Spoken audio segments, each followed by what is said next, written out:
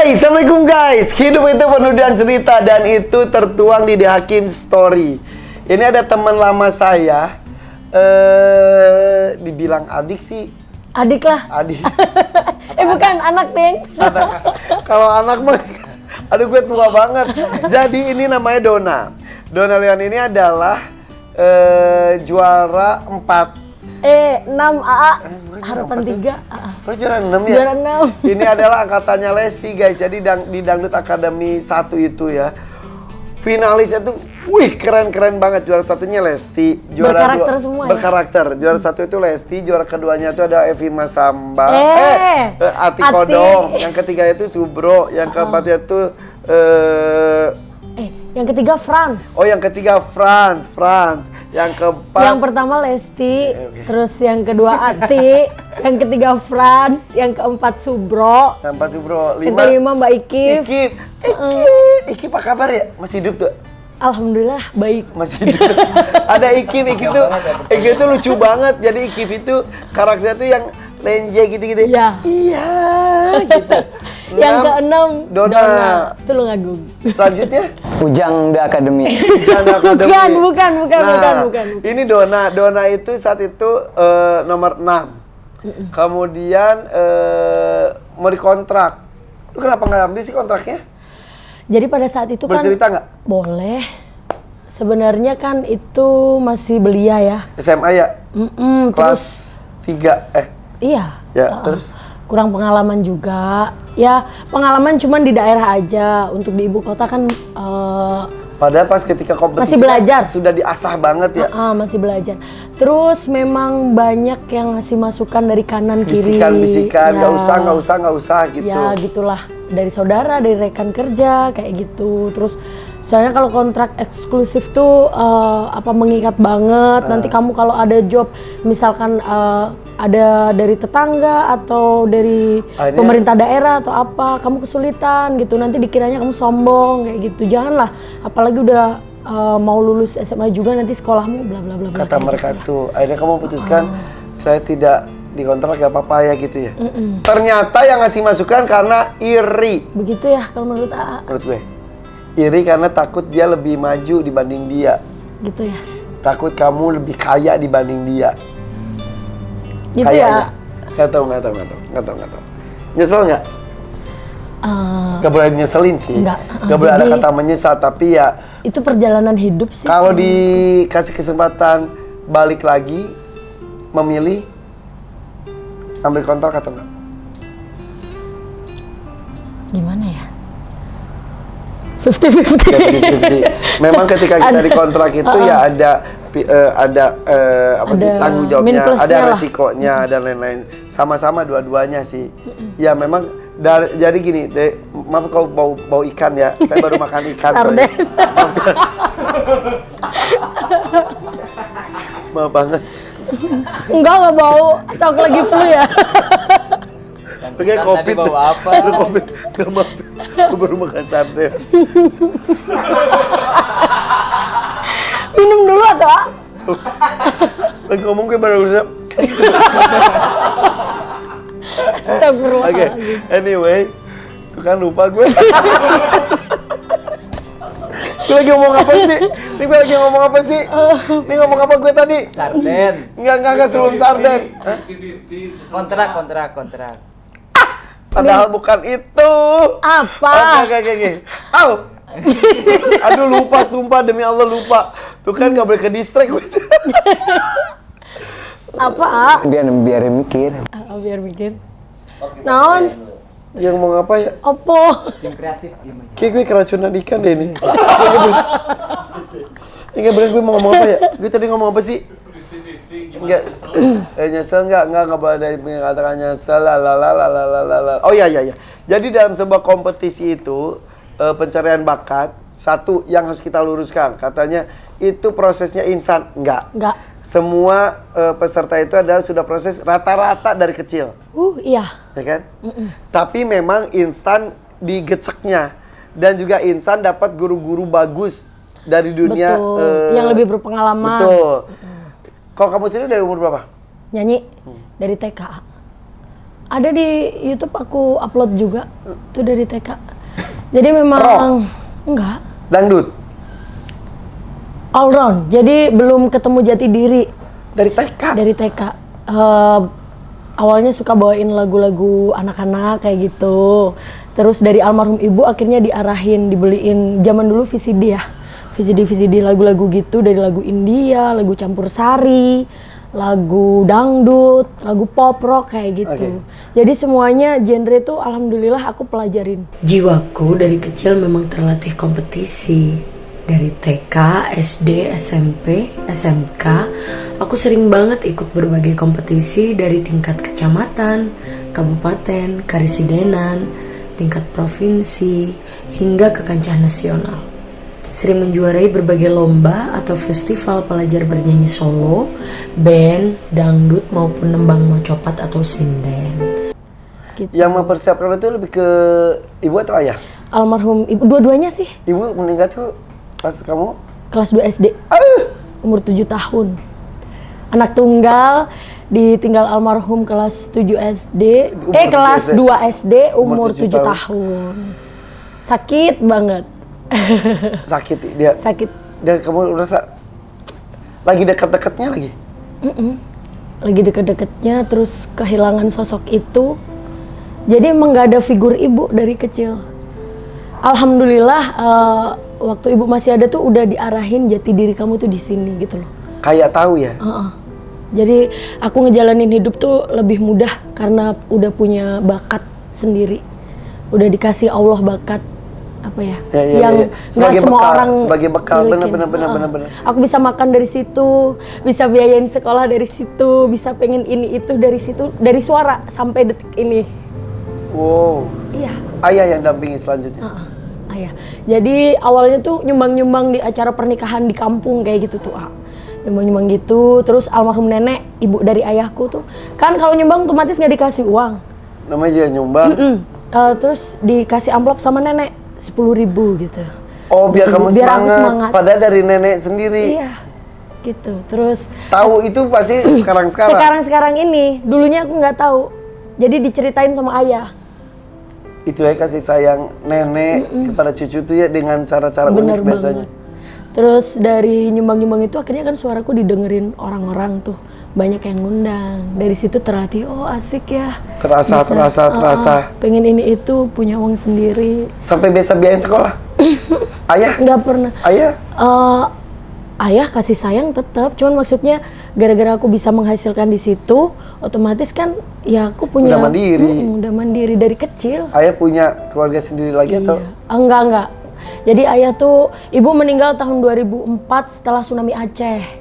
Barengan tanggal 23 Desember. Berarti kamu inget ya? Masih inget banget. Tsunami itu 26 kalau tidak salah ya? 20. Desember.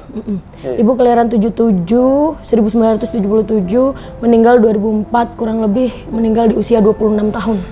Masih muda banget. Terus ya udah. Kamu itu bareng ayah?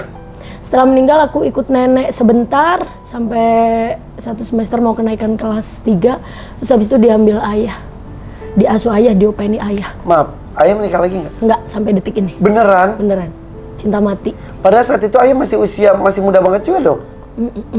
Enggak, terpaut 20 tahun. Oh, sama ibu beda 20 tahun. Jadi 20 tahun. ibu 26 tahun, ayah tuh 46 tahun saat itu.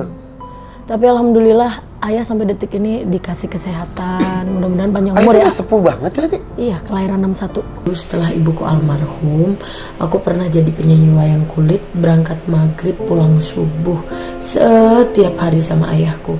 Dari aku kelas 2 SD sampai kelas 3 SMP.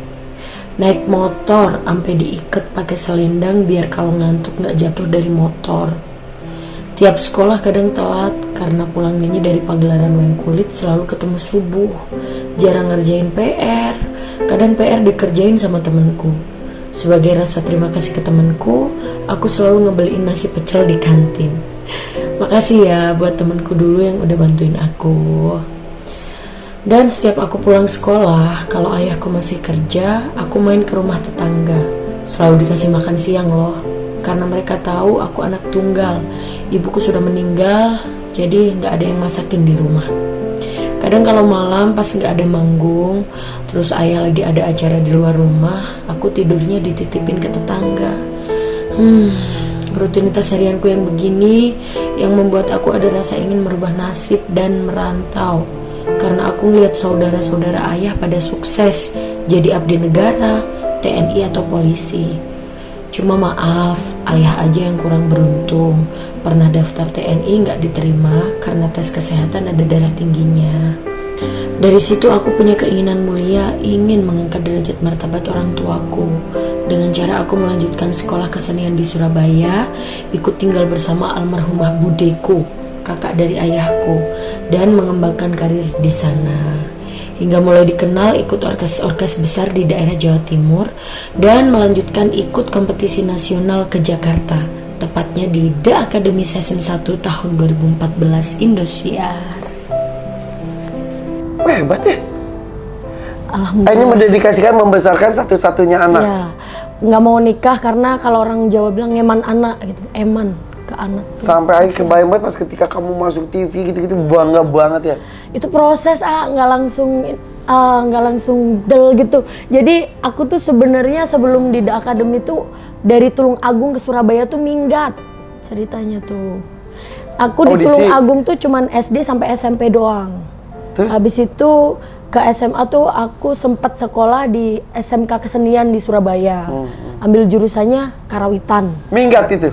Minggat, jadi nggak direstui buat sekolah. Ayah nggak ngerestuin Nggak ngerestuin sekolah di dunia seni. bukan gitu, jauh. Jauh. Gitu. Jauh, nggak ini. Terus di Nekat juga lu ya? nekat. Karena kalau cuman bukan meremehkan di daerah, cuman kalau Iya, iya. Soimah juga lingkupnya, gitu, iya, harus ada kemauan untuk lingkup yang lebih luas, gitu loh. Terus ayah kasihan banget. Ya aku tuh kayak sinetron, jadi tuh nulis surat sambil nangis gitu. Udah di packing baju-baju ditaruh di kresek, dititipin ke tetangga. Beneran, kan nggak punya koper dulu, jadi pakai kresek gede tuh. Terus habis itu nulis surat, suatu saat kalau aku sukses hasilnya juga buat ayah doain. Itu ayah kebayang sedih banget lu, gimana sih Don? Gini, aku tuh kadang capek gitu. Pada saat itu kan SMP masih remaja ya, jadi tuh kayak labil gitu. Di sisi lain nggak ada tempat curhat, nggak ada ibu buat pengen anak tunggal pula perempuan. Jadi tuh taunya dari kecil tuh berkarir, kerja kayak gitu loh. Terus ada keinginan bakatku kalau cuman begini aja eman Pengen gitu. dikembangin lagi. Tapi akhirnya ayah pasti marah, kecewa. Awalnya marah, kecewa. Kapan restu itu datang akhirnya? Setelah di The Academy. Bohongan lu? Demi Allah. Setelah di The Academy. Di The Academy, Donna ada di panggung pertama tuh support. Sebelumnya dia kecewa? Kecewa. Menutup komunikasi? Sakarepmu, satru gitu kalau ke aku. Nggak, ya udah lah kayak gitu. Wow. Nah, tiba-tiba si Donna si lady rocker itu tiba-tiba ketika udah selesai kompetisinya, muncul dang. Nggak hilang sih pasti. Muncul dang ketika viral pernikahan dengan Ujang. Dengan nyanyi lagu Andai Ini Bisa gitu ya. Heboh dan baju merahnya heboh langsung viral. Ketemu Ujang di mana? Jakarta. Setelah DA. Jadi kompetisi DA tuh kan tahun 2014. Terus aku ketemu AA tahun berapa? 2015 akhir. Jadi kamu nggak balik lagi Tulung Agung? Jadi gini, setelah aku ngikut saran mereka yang ngasih saran nggak boleh nerima kontrak, kan otomatis aku merasakan sendiri. Pelin-pelan gitu maksudnya. Setelah ngasih masukan untuk nggak boleh ikut kontrak, tapi ketika ada kompetisi atau apa tuh lihat tuh kayak gitu tuh. Jadi tuh ada keinginan buat balik lagi ke Jakarta gitu loh. Nah itu udah pulang ke daerah. Padahal urutan nomor 6 juga luar biasa itu. Baik yang terbaik ya di season pertama itu. Karena nggak ada yang inilah. Di belakangku nggak ada ibu, nggak ada apa. Maksudnya tuh nggak ada yang mengarahkan. Terlalu gitu. banyak orang yang ikut ngomong. Terlalu banyak yang ikut nimbrung. Terus ya udah balik dari daerah balik ke Jakarta. Setelah lulus SMA Setelah lulus SMA balik ke Jakarta, bukan untuk ikut audisi ya, bener-bener real pengen ngerantau di sini. Iya, karena perjuangan sesungguhnya itu tidak hanya pas kompetisi. The real kompetisi adalah ketika Setelah. di dunia kerja. Bener. Datang ke Jakarta. Datang ke Mau Jakarta jadi lagi. apa? Ya penyanyi profesional, tetap Apa yang ngejarnya ke dilakukan? situ. Ngejarnya ke label ya. Dulu kalau sekarang kan kita bisa berkarya sendiri melalui YouTube ya. Kalau dulu pada saat itu kita ngejarnya ke label. Jadi kayak ngasih sampel vokal kayak begitu. Iya, iya, Terus iya. ketemulah ini. Ujang ngapain? Sama. Pada saat itu Aku ngeband dulu, Ujang mah kan dari kuliah di Bandung. Bandung, UIN kan kamu tuh? di UIN, Satu alma mater sama saya, tapi jurusan sastra Arab. Angkatan? angkatan 2000 berapa ya? 2000 Awal. Oh, 12 apa 13? Ya lo sebentar gue 98 udah sarjana. Tua banget gue ya. Orang emaknya si Dona aja kelahiran 77, gue 75. Nah, mamaku Gue aja lebih tua dari emaknya dia. Mamaku 76. Oh gitu. almarhum Informasinya bagus almarhum ya. ibuku 77. Iya, Anggap- Papa. Anggap aku mama kalian. Bener. Bunda. Bunda. Mama. Astagfirullahaladzim. Iya, beneran. Oke, lanjutkan, lupakan tanggal dan tahun. Astagfirullahaladzim. Maknya dia 76, maknya dia 77, gue 75. Jadi pas sekolah Susu gue mungkin masih kenceng loh ini loh. Astagfirullahaladzim. Kalau Dona mah ini apa besar tulang. Astagfirullahaladzim. Terus. Lu kuliah? Kuliah dulu, pas kuliah ini singkat aja ya. Yuk pas kuliah itu baru dapat Lu anak pesantren sebelumnya? ya SMP itu aku pesantren MTS dulu. Aku kelahiran kan Cineam, Tasikmalaya itu kelahiran. Soalnya mama kan kelahiran sana. Kalau bapak Bandung, Cililin. Oke. Nah jadi pas kecilanku mondok pesantren. Dari SD? Enggak sih, cuma kalau di kampungku itu sekolah agama itu. Ya, Iya. sekolah agama itu emang dari Madrasah tidak iya atau madrasah itu udah keharusan. itu udah kayak pesantren kalau di kampungku. Terus SMP, MTS, MTS, SMA. pesantren, SMA di Bandung. Oke. Itu sama mana kamu tuh? Man Cililin. Man juga, madrasah Alia juga. Sekarang jadi Man 1 Bandung Barat. Oke, akhirnya masuk IAIN, UIN. Jalur SNMPTN dulu. Dulu ngambilnya itu yaitu sastra bahasa dan sastra Arab. Setelah dijalanin kuliah, cuma emang dari SMA itu udah fokus ngeband. Udah bukan fokus ngeband ya, udah Hobi. hobinya ke musik.